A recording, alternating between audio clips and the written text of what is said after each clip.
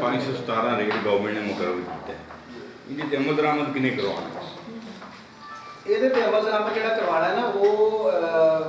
Labour ਅਫਸਰ ਨੇ ਕਰਾਉਣਾ ਸੀ, ਲੇਕਿਨ ਉਹਨਾਂ ਕੋਲ ਇਖਤਿਆਰ ਕੋਈ ਨਹੀਂ ਸੀ। DVC ਚੋਂ ਰਿਪੋਰਟ ਕਰ ਸਕਦਾ ਹੈ ਜੀ ਕਿ ਇਹ ਨਹੀਂ ਹੋ ਸਕਦਾ, ਲੇਕਿਨ ਰਿਪੋਰਟ ਕਰਨ ਲਈ ਭੱਠਿਆਂ 'ਤੇ ਜਾਣਾ ਜ਼ਰੂਰੀ ਸੀ। ਭੱਠਿਆਂ 'ਤੇ ਜਾਣ ਲਈ ਉਹਨਾਂ ਦੇ ਜਿਹੜੀ ਸੀ ਨੌਕਰੀ ਦਾ ਖਤਰਾ ਸੀ, ਕਿਉਂਕਿ ਸਾਹੀਵਾਲ ਵਿੱਚ ਹੋਇਆ ਸੀ ਕਿ ਅਸੀਂ ਸਾਰੇ ਭੱਠੇ ਮਾਲਕਾਂ ਨੂੰ ਨੋਟਿਸ ਜਾਰੀ ਕੀਤੇ ਲੇਬਰ ਡਿਪਾਰਟਮੈਂਟ ਨੇ, ਡਿਸਟ੍ਰਿਕਟ ਲੇਬਰ ਅਫਸਰ ਸਾਰਿਆਂ ਮਿਲ ਕੇ ਕਿ ਇਹ ਸੁਪਰੀਮ ਕੋਰਟ ਦੇ 88 ਦੇ ਫੈਸਲੇ ਔਰ 92 ਦਾ ਐਕਟ ਦੇ ਤਹਿਤ ਇਹਨਾਂ ਦੀ ਡਿਊਟੀਆਂ ਖਤਮ ਹੋ ਗਈਆਂ ਔਰ ਇਹਨਾਂ ਦੀ ਮਜ਼ਦੂਰੀ ਹੈ ਜੀ। ਉਹਨਾਂ ਨੇ 254 ਭੱਠੇ ਮਾਲਕਾਂ ਸਾਰੇ ਨੋਟਿਸ ਇਕੱਠੇ ਕੀਤੇ ਡਾਇਰੈਕਟਰ ਲੇਬਰ ਕੋਲ ਹੋ ਗਏ ਔਰ ਉਹਨਾਂ ਨੂੰ ਡਿਸਟ੍ਰਿਕਟ ਲੇਬਰ ਅਫਸਰ ਨੂੰ ਮੁਅੱਤਲ ਕਰ ਦਿੱਤਾ। ਉਹਨੇ ਜ਼ਿੰਦਗੀ 'ਚ ਸ਼ਾਇਦ ਕੋਈ ਸਾਡਾ ਅੱਛਾ ਕੰਮ ਵੀ ਪਹਿਲਾਂ ਹੀ ਕੀਤਾ ਸੀ ਮਿਲ ਕੇ ਮਜ਼ਦੂਰਾਂ ਦੇ ਹੱਕ 'ਚ,